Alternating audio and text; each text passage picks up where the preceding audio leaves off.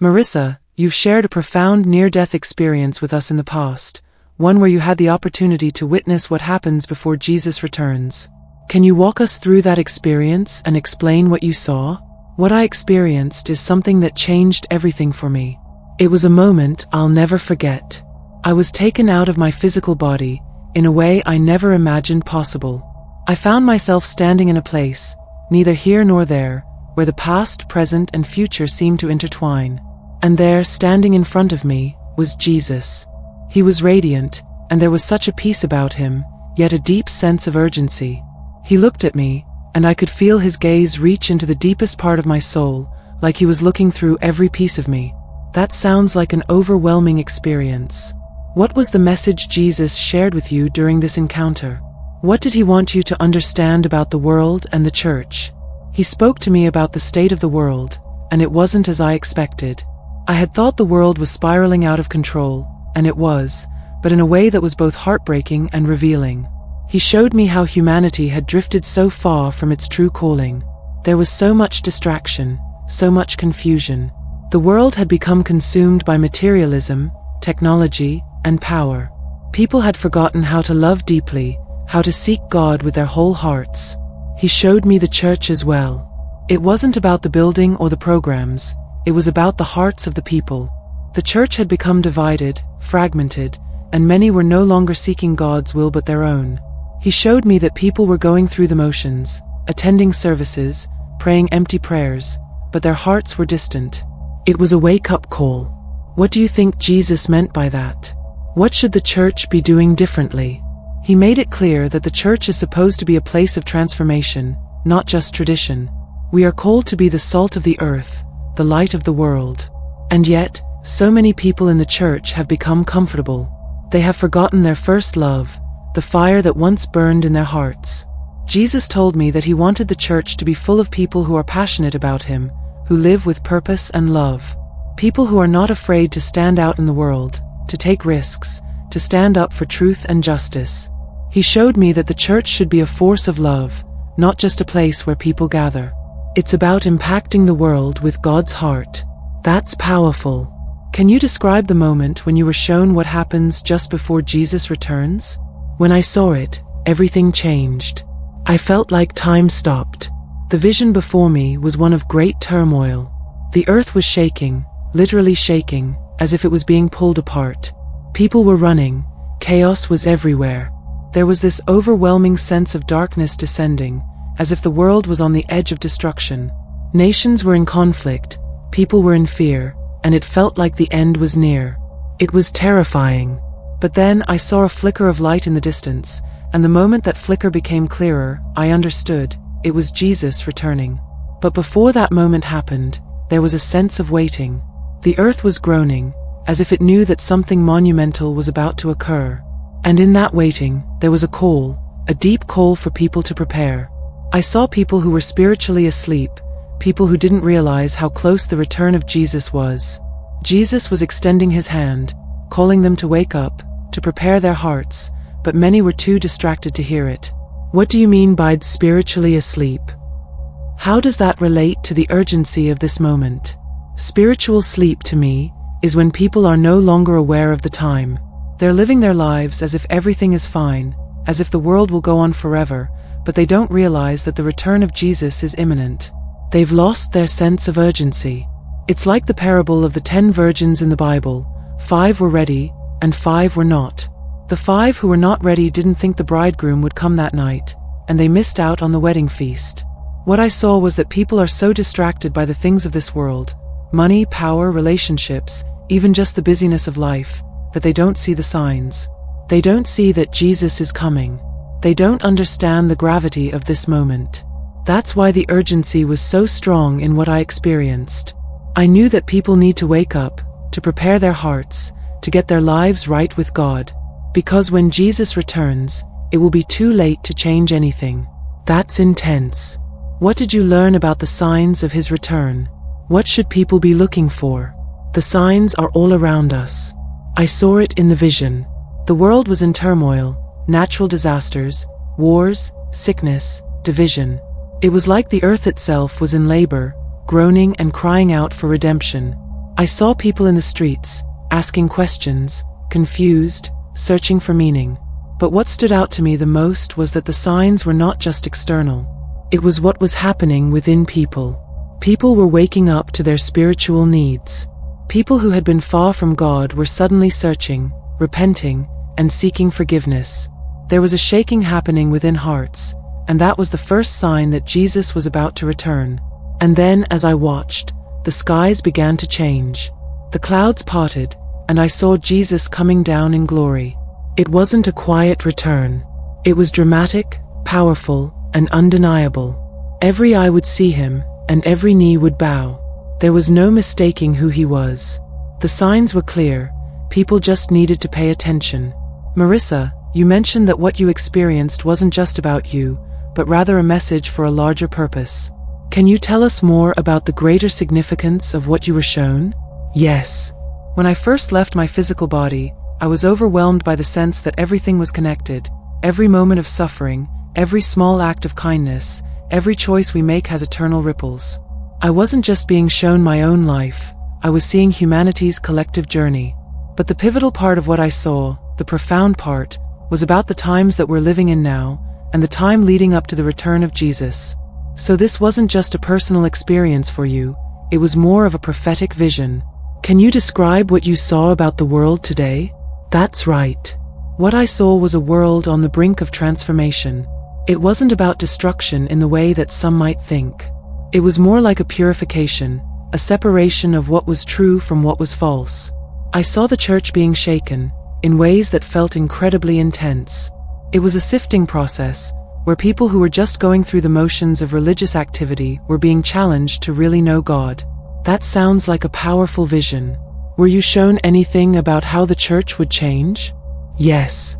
What I saw was beyond what we might call traditional church revival. It wasn't about large-scale events or programs.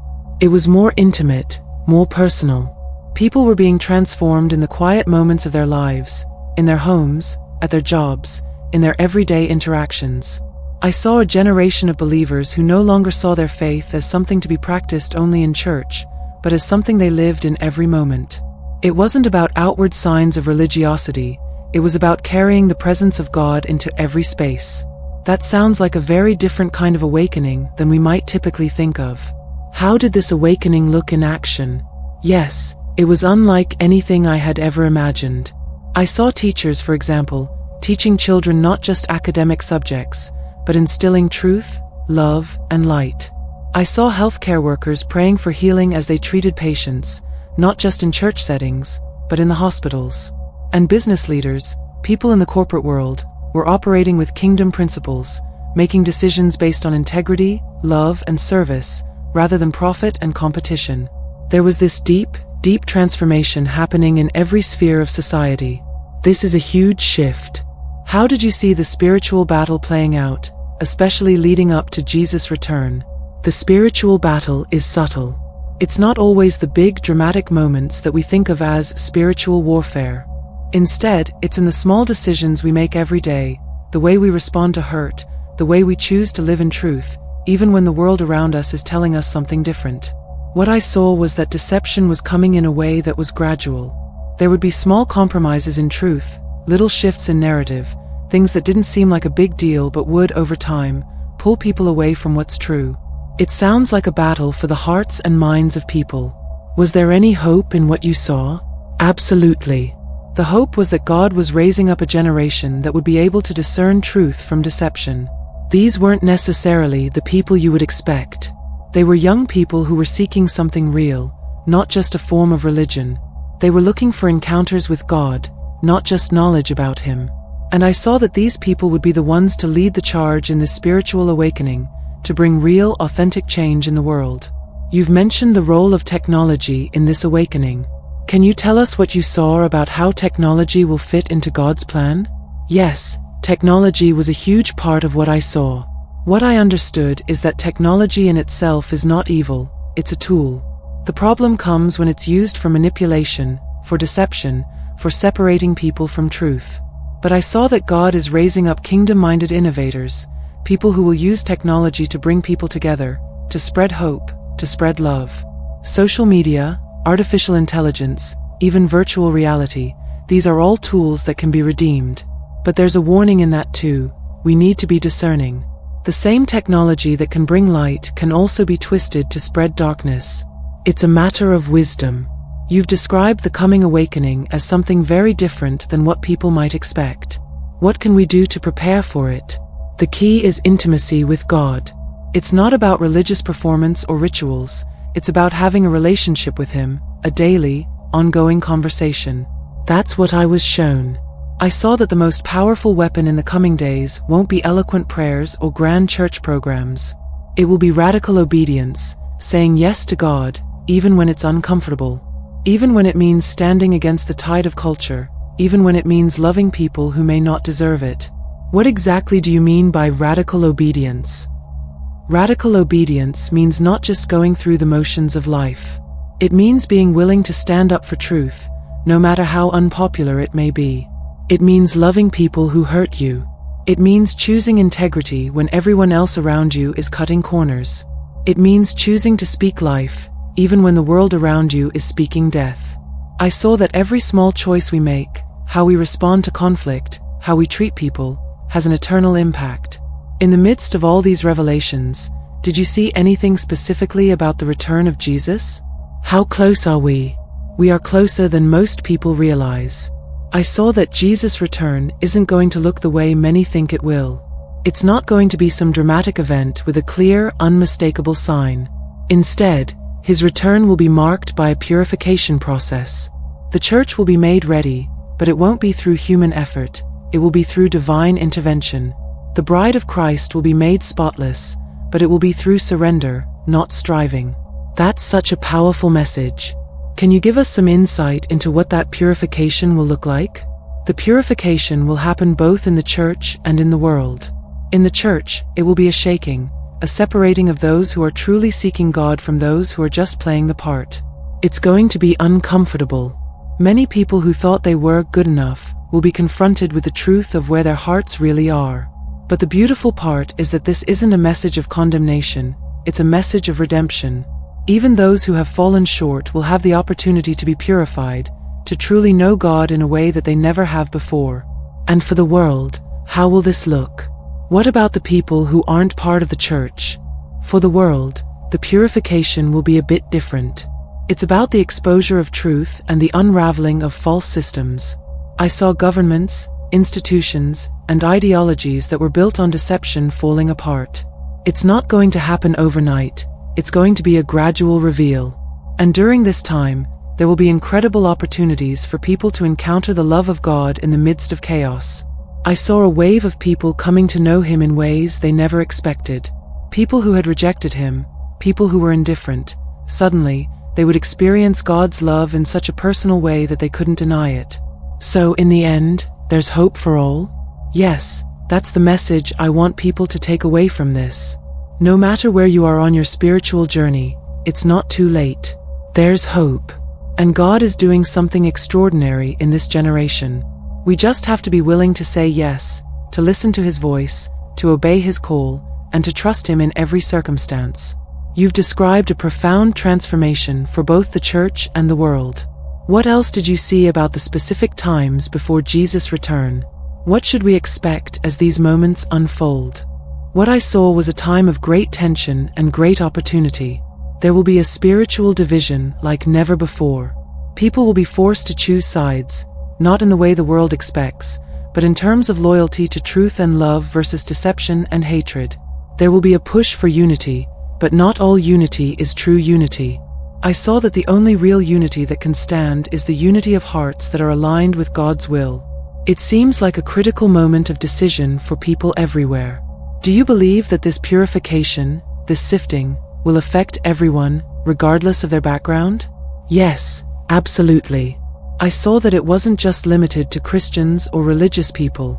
The purification is not about affiliation, it's about a person's heart. Those who are open to the truth, to love, to God's ways, will be able to receive it, no matter where they come from. And I saw that this sifting process would open up opportunities for people who had never considered God to be drawn to Him, almost like a magnetic pull.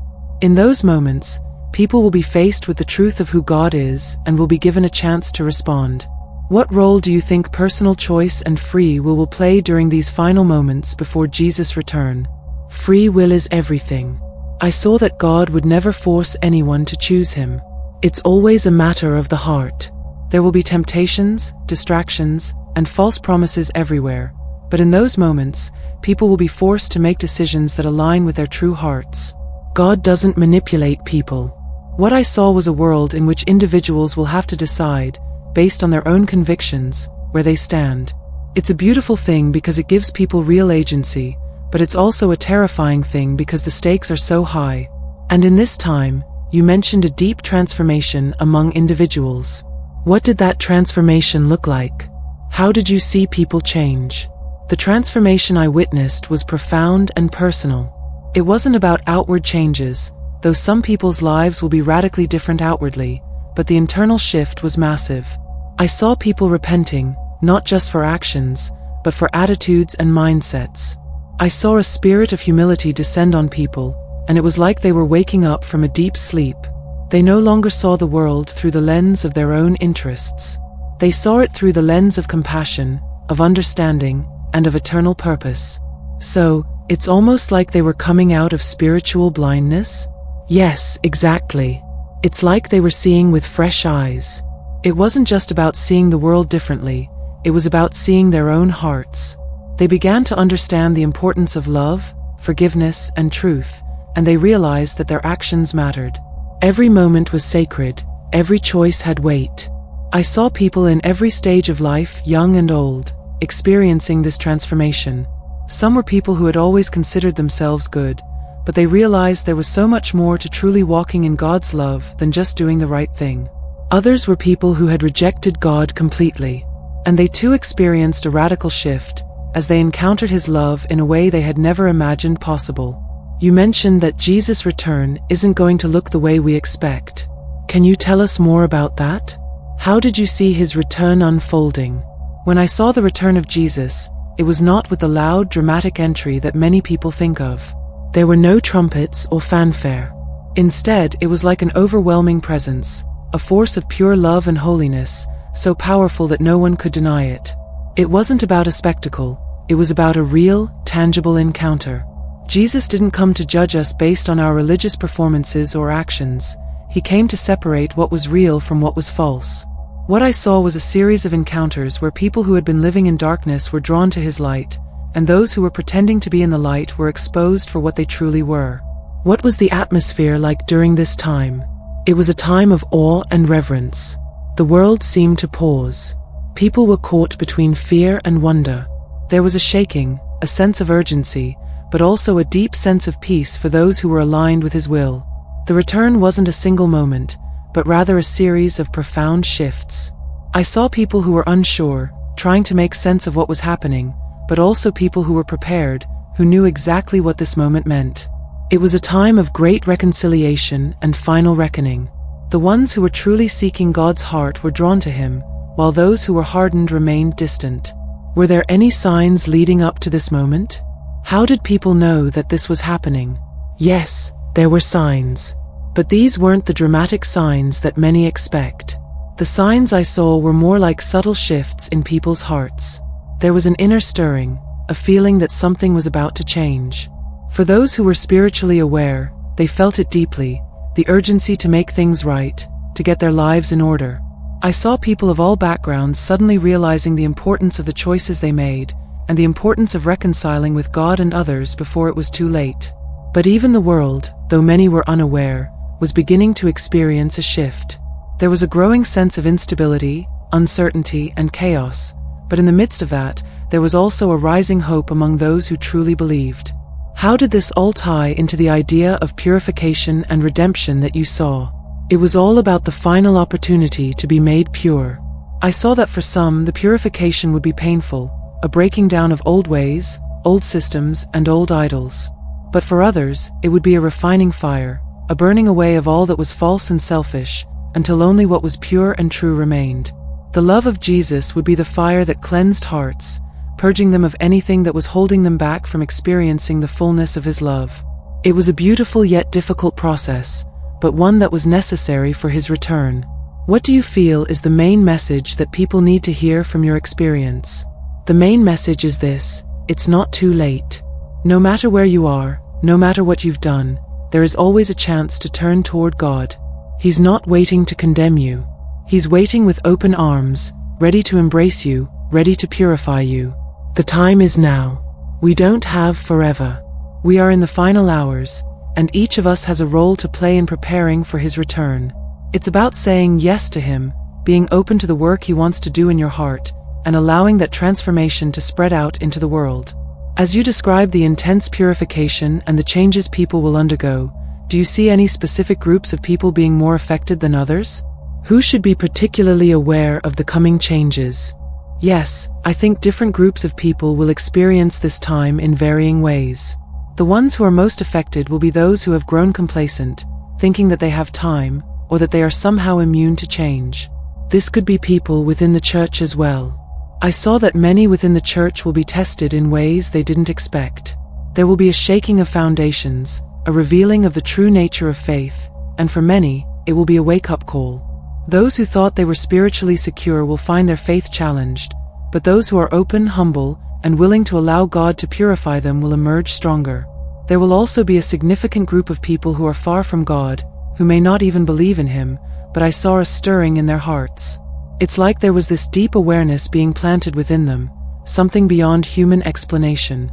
These individuals will experience a tug of the Spirit that calls them to search for deeper meaning in life. They will feel an urgency to find something true. And it won't just be a mental decision, it will be a heart-changing moment where they know that God is real and that His love is drawing them. You mention the urgency of these moments. How do you think people can best prepare for what's coming? Preparation is key. I saw that the preparation wasn't about accumulating knowledge or doing good works alone. It was about the condition of the heart. The biggest preparation we can make is to open our hearts to God and allow Him to purify us. That means taking time for introspection, examining our lives, and asking ourselves tough questions. Are we truly living in alignment with God's will? Are we letting His love transform us? Are we willing to forgive, to love others even when it's difficult? It's also a time to really understand what it means to follow Jesus, not just in words but in actions. It's about embodying the principles He taught, the way He loved, the way He forgave, the way He lived out truth. It's also about being active in the world. This doesn't mean we all need to be preachers or have grand platforms, but it does mean that we each have a role to play in sharing love, kindness, and truth, no matter where we are. You speak a lot about transformation. In your experience, how do people actually experience this transformation? What does it feel like at the moment? The transformation is deeply personal, but it also has a physicality to it. There's a weight that lifts from the heart. I saw people who were struggling with deep shame or guilt, things they had carried for years, and in an instant, that burden was lifted.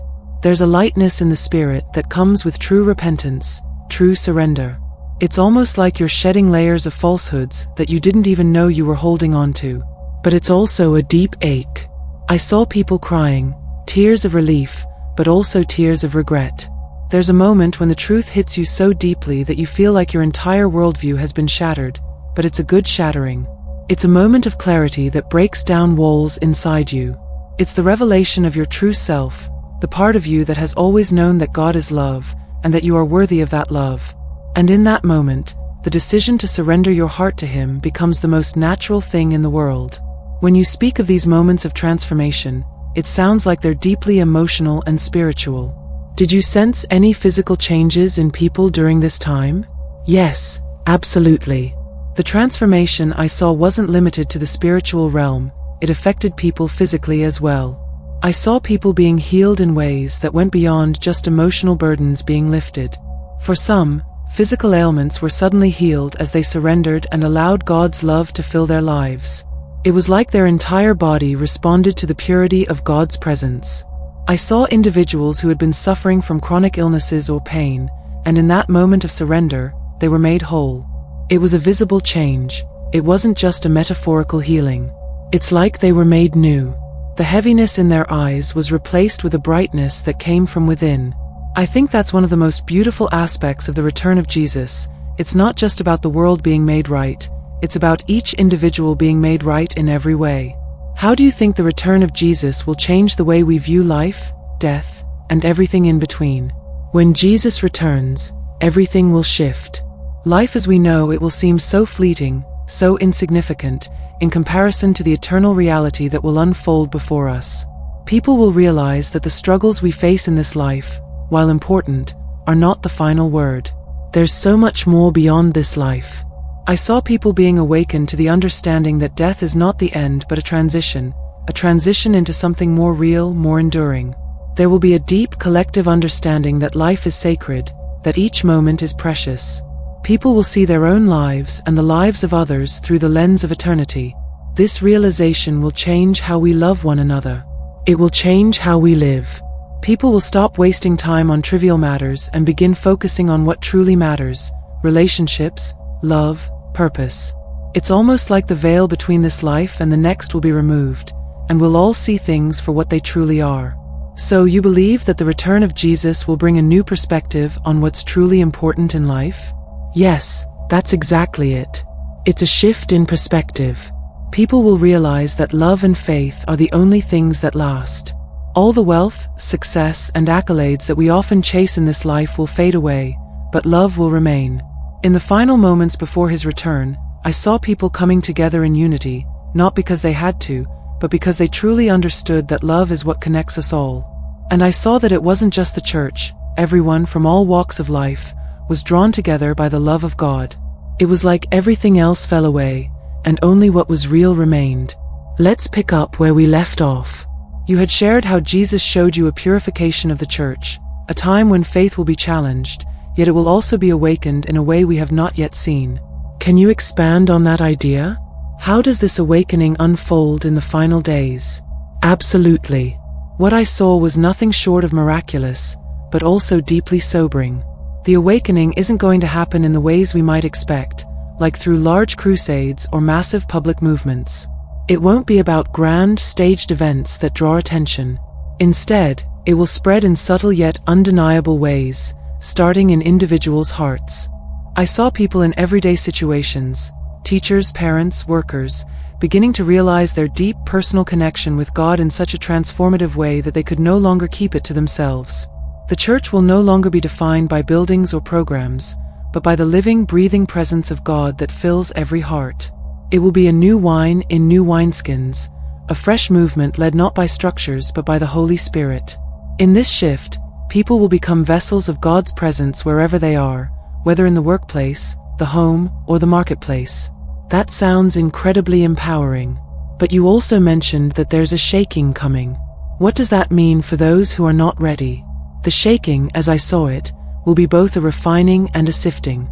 The church itself, those who are genuinely following God and those who are merely going through the motions, will experience this separation. It will be like a winnowing process. The truth will become more evident as falsehoods are revealed.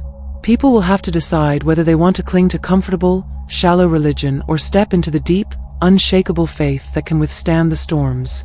This isn't a message of doom, though. It's one of hope. The shaking is meant to purify and refine, to prepare the faithful for something even greater. It's a testing of the heart, a call for people to choose whether they want to be fully surrendered to God's will. But in that surrender, there is peace, freedom, and a deeper connection with God's plan for the world. Can you describe some of the signs you saw that would precede this final move of God? What will the world look like in the days leading up to Jesus' return?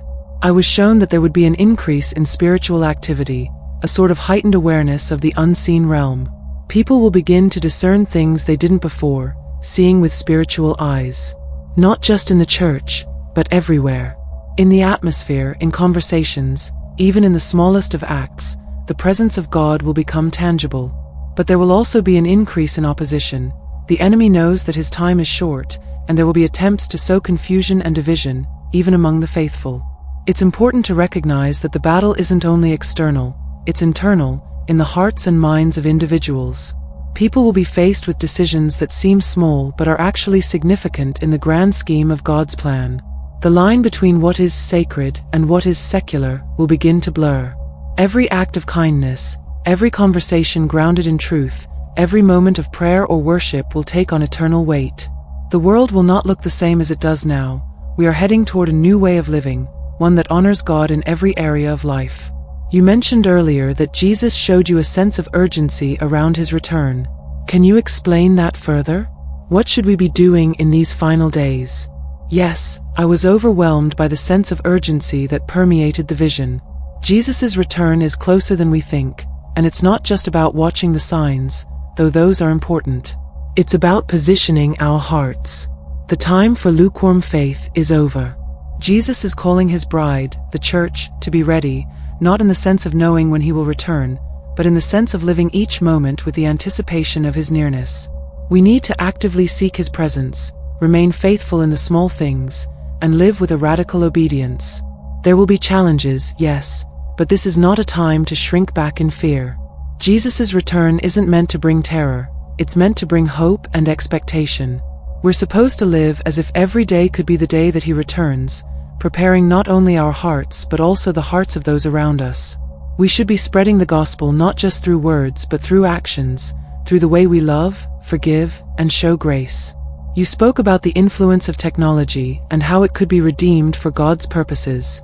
Can you elaborate on how that fits into the awakening and the preparation for Jesus' return? Technology, as I saw it, is both a tool and a battlefield. It can be used for good or ill. It can either enhance our connection with God and with each other, or it can deceive and divide. But I saw a generation rising up, young people who aren't satisfied with surface-level interactions and who want real transformative encounters with God.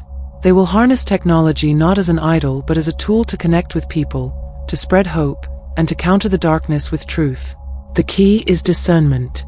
We'll need wisdom in how we navigate the digital world, recognizing its potential for both harm and healing. The question is not whether technology will play a role in the last days, but how we will use it. We can use it to preach the gospel to every corner of the world, to unite believers across nations, and to minister to the broken. But we must be vigilant not to fall into the trap of being manipulated or distracted by it. As we come to the close of our conversation, I'd like to ask you a very personal question. After everything you've seen, what do you believe is the most important message you would want to share with the world as we await Jesus' return? The most important message I received was this: don't wait. Don't wait for tomorrow to begin living for God. Don't wait for a perfect moment or a better time. Jesus is coming, and he is coming for people who are ready, ready in heart, ready in spirit, ready to act. The days ahead will be challenging, yes, but they will also be filled with unimaginable blessings for those who choose to walk with God. Now is the time to prepare our hearts, to seek intimacy with him, and to surrender completely to his will. This isn't about avoiding hardship, it's about embracing God's purpose in the midst of it. The revival we've been praying for is not a distant event, it's happening right now, and we get to be part of it. But it starts with us. It starts in our homes, in our hearts, in our daily lives. Marissa, thank you so much for sharing these profound insights. Your testimony has been powerful, and I'm sure it will inspire many to prepare for what lies ahead. It's been an honor to share. And remember, everything we see and experience now is a preparation for something far greater. Keep your eyes on Jesus. He is the hope we need in these times.